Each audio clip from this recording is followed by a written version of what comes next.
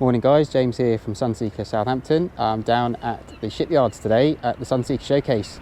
Lockdown 2 still in existence, so just looking around some boats that we've got in stock for when the restrictions are eased and we can get back to doing physical viewings again. So behind me here, just spin the camera around. Here is a brand new 2020 model Sunseeker 74 Sport Yacht, boat number 352. Currently the only stock 74 Sport Yacht we've got, finished in this really nice rail black gel coat with a white boot top stripe there running just above the waterline as you go aft, finished with black anti-foul below and a silver roof, which we'll have a look at when we get up on board. Real striking looking boat, powered by a pair of the standard 1550 horsepower MAN V12 engines, gets up to around 33 knots flat out.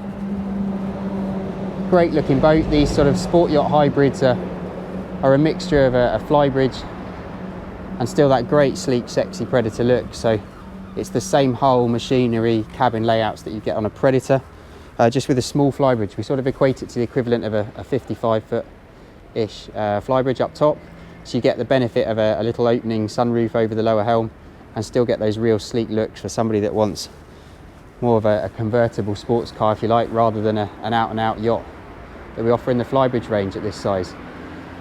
So a couple of notable features you'll see lost in the black hull there, but there are these massive glass windows that run all the way down the hull from bow to stern. Lets a lot of natural light into those cabins downstairs. Currently removed whilst the boat's on the cradle here, but on these protrusions would be the Sleipner vector fin stabilisation system, which bolt on prior to going into the water. They'll work off the gearboxes on the PTOs or also off the generator. 27 kilowatt generator on board, single unit. We've got a hydraulic thruster upgrade, which makes docking that much easier as they never run out of power. So just come around even with the sun here on the camera lens, see very, very pretty boat from all angles. Very much in the realms of an owner-operator size here. We're weighing in about 47 tons as you see her loaded up. Proper cruising boat. So let's head on up, take a closer look around. So canopies on today. Obviously, as lockdown, we're working on a reduced staffing here at the shipyards. But hidden in the stern here, check out some of my other videos if you wish. The starboard side here lifts up, and then we've got a garage in here which will take up to a 395 Williams. Not selected on this particular build, but we could retrofit if you wish. In this section on the platform there is an option for a drop down electric griddle, and then we'll have a look in here shortly. This is the crew space. I say, being very much an owner operator size, it's not a big space. Lots of people just use it for storage and dealing with laundry and what have you. And then as well as that garage, you've also got the platform here which will lift 450 kilos. So some owners opting to put, say, a Williams on the back and a jet ski in the garage, or vice versa. So a couple of flexible options there.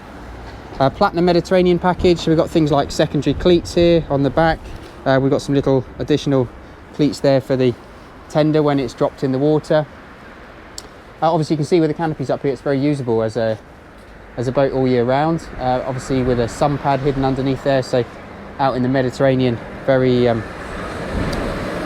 very social area here on the back for sort of connecting with the water. So access into Cockpit here, port side. We've got twin shore power inlets in here. It's got a massive tropical spec aircon system with its own shore power lead. We've got pull-out passerelle letterbox style there. Coming up, you'll see this is just built in for safety here. So this is removable, this panel, whilst she's next to the road here. We've got stern docking winches, nice little boxes here for tailing off lines when you're moored stern too. And we'll head up on forward first, so you can see full teak package throughout, so all the side decks here. You get to appreciate these massive glass windows, literally deck to ceiling height. We've got this mesh screen cover on at the moment, so that keeps the sun out during the daytime, bit of privacy in the evenings if you've got lights on. And then we come forward, so this would be your private area if sat in port. Obviously all covered up at the moment, but we've got a large U-shaped seating area, nice teak top table, And then underneath here you can see we've got a couple of refrigeration drawer units either side, and then hidden underneath, you can't quite see it under the canopies here. Let's pop a couple of poppers off, get an idea for the bimini frame. So in here there is a clamshell bimini that comes up like a pram hood, just to give you a bit of sun protection. And then centre stage here we've got a big island sun pad. The backrests here lift up forward to give you somewhere nice to sit, read a book when you're at anchor. We've got some handy deck level storage lockers here. You get a fender in there or on a side. 90 meters of galvanized chain, 50 kilo upgraded anchor there, single big Lumar winch. We've got plenty of space down in the anchor locker here for storing fenders. We've got a deck wash point up here for wash down over there next to the anchor. Just looking from the bow here now, you can see the big opening sunroof above the lower helm. Great access. You can see if I just duck down here, the rails come up to above knee height, so it's very very safe feeling walking around up here. Obviously we're given the weight of the boat, very sturdy at anchor, and with that benefit of the hydraulic fin system, whether you're underway at sort of 8-10 knots doing long distance passages or up to full planing speed, still very much usable, that foredeck, when you're underway. So we come on back here into the cockpit, and obviously you'll see the overhang above us here, which is where the flybridge comes into its own upstairs. We'll check that out in a sec. I'll just walk forward here and look aft, kind of take in that ginormous space. Electric opening, so the table folds over manually, and then we've got electric up and down adjustability here, and a rise and fall button. And you can see the sun pad aft here, which is exposed. And then on the aft section here, we've got a sun awning that comes out to give protection for those not so fond of the heat. Fabric upgrade, so this is a sunbrella sort of textured material here in grey. It's a very contemporary boat here with very natural colours. Little point of note, this is a removable section here on the starboard side, so handy if you want to climb out onto that starboard deck without going all the way around. Lots of LED feature lighting throughout, so we've got these strip lights as well as spots, all dimmable, so you can sort of soften the mood up here in the evenings. And then a sort of small wet bar preparation area here on the port side, so we've got a good sized fridge in there. This is a handy storage cupboard. The main wet bar obviously being up on the flybridge itself. And as per many of the Sunseekers in the range now, we have the electric rise and fall window system here, and then the door comes across to close the boat off. So if you want to use the boat for entertaining or in the nicer weather, have it obviously open plan as it is now. But in the event that you're using out of season, you can just bring that door up and immediately close off that interior saloon, or maybe it's a really hot day and you want to run the aircon. So it's a very versatile space. You imagine just how much seating you've got here for entertaining if you have it all set up as it is at the moment in one space. No threshold on the door there. This is a deck drain through the floor here, so flush threshold. Just makes the seamless transition from outside to inside. And then we come on in to the deck saloon. Again, lots of fabric upgrades in here. So we've got a nice pattern on the Whistler fabrics. We've got a sprayed high gloss silver with a sort of metallic finish in the table, stainless steel inlay detailing. Again, this opens up to give you somewhere for dining. There's plenty of space here if you wanted to have a couple of director's chairs. And you can now take in those massive glass windows, even on a typical winter's day here in the UK with the blinds open. Very bright in here.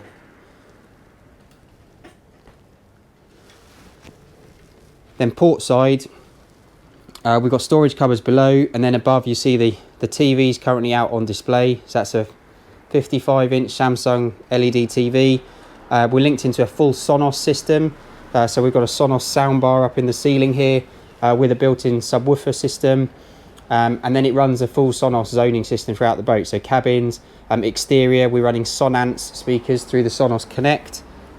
So you can have everything tied into one zone or split it up depending on your use on board. So fully air conditioned throughout. So we're 118,000 BTU, full tropical spec aircon. Obviously a lot of glass, an area to cool down.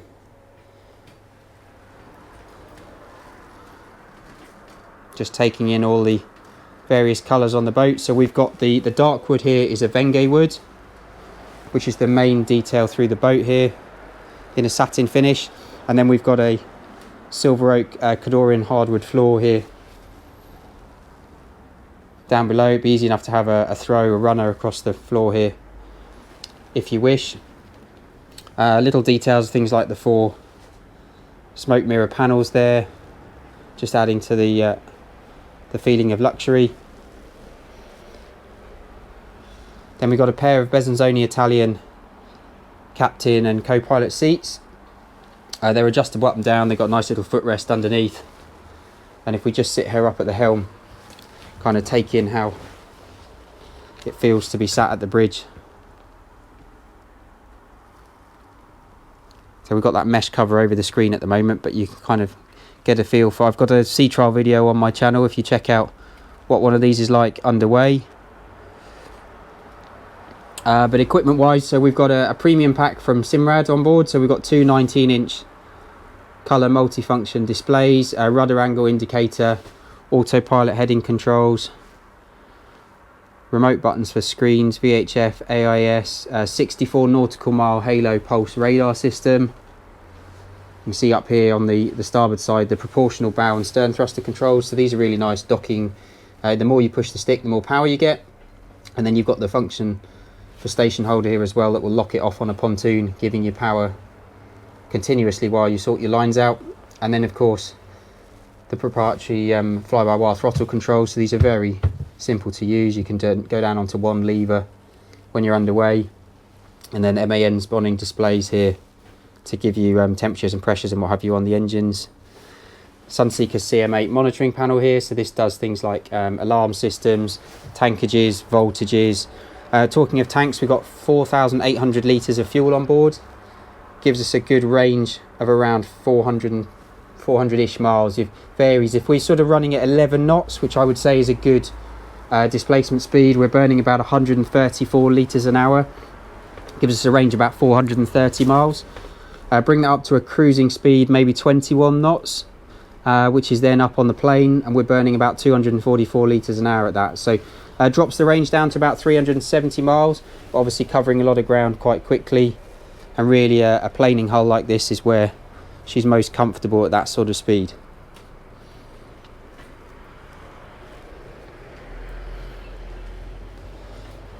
So heading down below decks, Galley is down on this particular model. And then we have 3 cabins as the layout chosen for this particular build. There is an option to do a 4th cabin, but I would say the boat generally works better as a 3. So we're immediately met by the Galley, bottom of the stairs here on the port side. We've got an appliance upgrade, so we've got an upgraded Miele convection microwave oven there. We've got a 4-burner top, and that also covers the laundry equipment down in the crew. And then we've got lots of storage. It's a good boat for cruising away on for a few days at a time. Full set of Robert Welsh cutlery. Up top here we've got lots of storage. Nice silver sprayed finish on the doors here, sort of gloss lacquer. Full set of Royal Dalton Sunseeker crockery. This is your Dartington crystal drinks cupboard in here, so we've got tumblers and champagne flutes. Of course, a nice feature wine cooler there as you come down the stairs, highlighted nicely with these sort of LED lights running up through the deck. Then we've got a dishwasher slimline unit in here, and opposite, great size refrigerator. Got a couple of pull-out drawers that can be either freezer or fridge, and then some handy sort of pantry cupboards here. Full set of towels on board there, comes with enough for the 6 berths on board, as well as bed covers. Everything from a hosepipe to a toolkit's included, so it's very well provisioned as standard. So in terms of the 3 cabin layout, that then means that you've got this space for a breakfast bar. So we have a sort of snug with a bar unit. There will be 2 other options in here, so you can actually do an enclosed wall round here to give you an increased walk-in wardrobe for the forward VIP, or you can stick a pair of bunk beds in here if somebody really needs 4 cabins. But I have to say, I think it works best with the 3. It then gives you 3 ensuite bathrooms, so just a really nice package. 30-inch TV up on the wall there, and then coming forward into the island VIP guest cabin here in the bows, we've got a large bed, loads of storage, top level locker boxes up here. Again, you can see behind the blinds here some nice opening port lights, big feature glass windows, wardrobes and cupboards, and then down here we've got a little vanity station. 40-inch TV up on the wall there. See lots of little panels here for things like the aircon system. We're on EU 2-pin plugs at the moment, easy to swap to UK if you're keeping the boat here. And we've got an ensuite upgrade to Minerva on the bulkhead finishes here. Electric heated towel rail, that's an upgrade in here and also in the master. You see these nice sort of detailed stainless steel inlays in the doors. Talking of space on board for storing sort of long-term provisions, so forward locker, this one's not finished with a light, just stick my little torch on there and you can see up in the forward bows here, great for storing things like suitcases.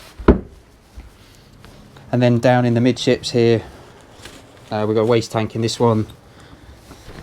This is a great void for long-term provisions. You just find a light switch in here, so say light in the bilges. So we've got plants for things like air conditioning. See everything very neatly finished down here. Some of those big sort of tough crate plastic boxes, you can store them down there, say with extra crockery, spare bedding and all the general paraphernalia if you're away cruising on the boat for any length of time. And then we've got a day head which doubles up also for the 3rd cabin. So we've got a Jack and Jill door, that one takes you through into the guest cabin we'll look at in a sec. And again, as per the other cabins on board, we've got the upgrade on the bulkhead finishes in there, electric Tecma vacuum flush toilet system. See very neutral colours in here. I'm dressed up with some funky scatter cushions. If you didn't like the colours, easy enough to change those to something more to your own taste. We've got Roman blinds in the cabins here, Venetians upstairs. Good sized wardrobe. Again, you'll see things like the Apple TVs for all the cabins, the Sonos system. There's an onboard 4G Wi-Fi system. So you've got data communication whilst you're within about 20 miles of land. Kate takes a couple of SIM cards to keep you connected. A couple of tracks in the floor here allows this inboard bed to slide outboard. Continuation then of the bedside table there in the corner, and that just gives you the versatility if you've got a couple on board wanting to get 3 double cabins, you can do.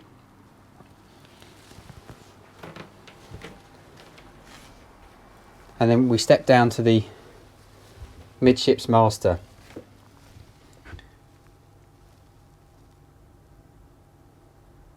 A really nice space on the boat. We've got these giant hull windows, even penned in here with some boats fairly tight either side of us.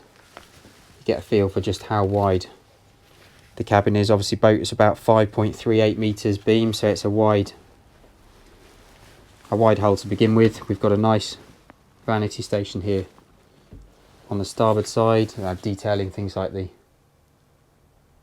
wall lamp here. 40-inch TV up on the bulkhead there.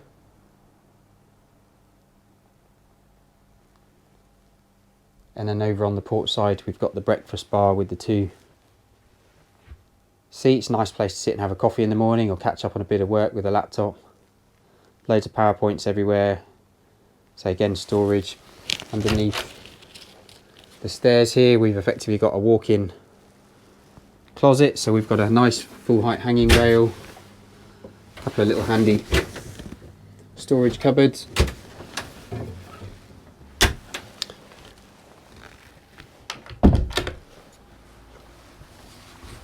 And we'll head on back up and we'll do the crew cabin and the engine space. So we covered off, say, fuel earlier, 4,800 litres on board. We've got 800 litres of water. Preparations there for a retrofit water maker system, so the Seacock and Power's there, and then you've got the option we could retrofit a unit prior to handover if you wish. Not all territories need one of those, hence why we don't fit them to everything.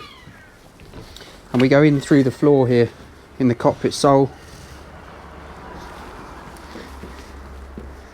down into the engine space. So engines are on a V drive, which means the gearboxes are sat underneath the engine. Just allows for a more compact installation.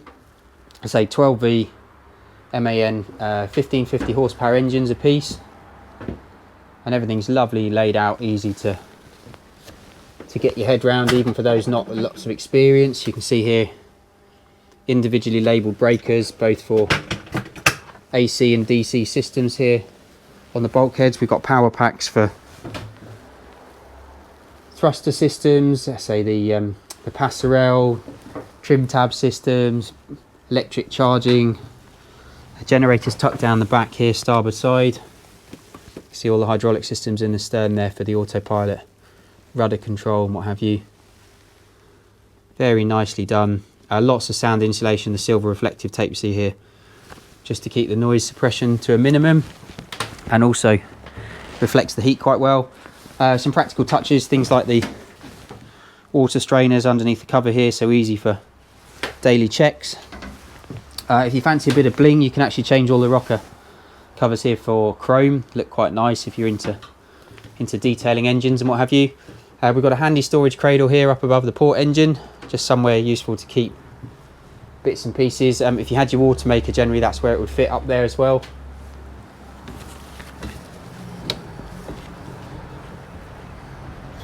And just drop that back down.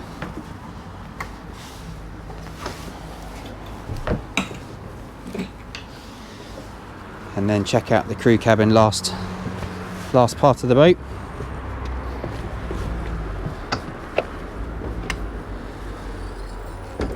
So I say generally this size is very much still owner operator, so this is not somewhere that crew are going to be living 365 days a year. Forget the TV programs that you see, life below deck. These actually are generally ad hoc captains that may be on board whilst known as cruising for a couple of weeks, maybe doing a bit of maintenance, but they generally live off the boat and visit on a regular basis for maintenance. But you've got a separate bathroom there, say Miele washer dryer, a little bit of storage. I say it's a basic facility, but you have to remember the boat isn't geared around entertaining the crew. They're there as employees to do a professional job for the owners, and space is generally a compromise between how much you give over to them versus your guests. So we want them to be happy, and it all complies with MLC regulations. So there you have it. So boat as you displayed here, full spec, is about £2.9 million.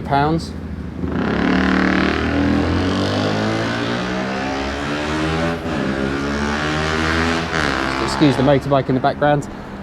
You say it's a pretty well spec boat actually. There's not much more to add. I haven't taken the covers off up here because the seagulls play havoc with us at this time of year, but we've got effectively a big U-shaped seating area here, starboard aft.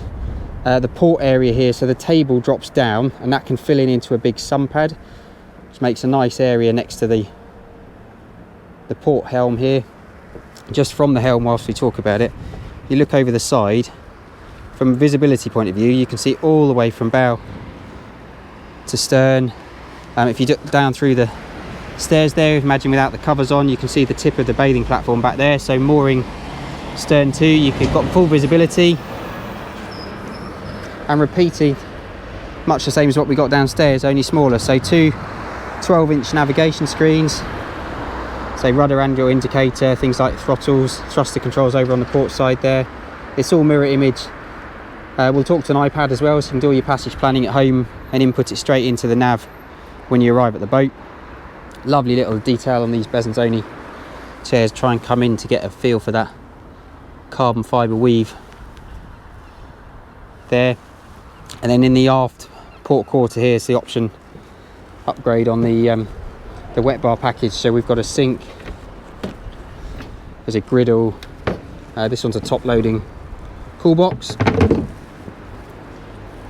and you can see the gantry here on the aft coaming, which houses all the various navigation aerials, what have you, and then a big stainless steel bimini frame here which has a black canvas top for sun protection, designed to run all the time with that up if you so wish. No options for a hard top on this particular model. And you'll note here with the stairs I'm going down forwards, so come around and show you they're a very gentle angle there. Makes it very safe if you've got older relatives or young kids. Lots of handrails to hold on to. Port side aft here there is the option for a set of third station controls.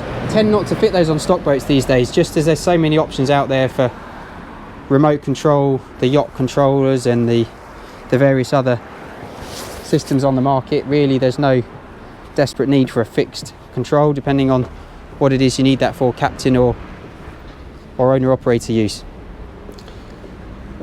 So then we pretty much covered everything there. Say she's here in Poole. Apart from her PDI and any final retrofit items, she can be ready to ship in a matter of weeks. So if you wish to get her out of the UK before the end of the year, if you're worried about Brexit, we've still got ships sailing between now and the end of December. Obviously owning all the distribution into Europe, we don't foresee any problems next year. We're very forward thinking in respect. We've got lots of options in terms of ownership structures and what have you, depending on whether you're a UK resident or an existing EU resident with businesses and assets and what have you. So if you're looking to know more about those sort of ownership structures, then best get in touch and we can talk those through and put you in touch with the experts that know far more about these things than we do. So I hope you enjoyed that today.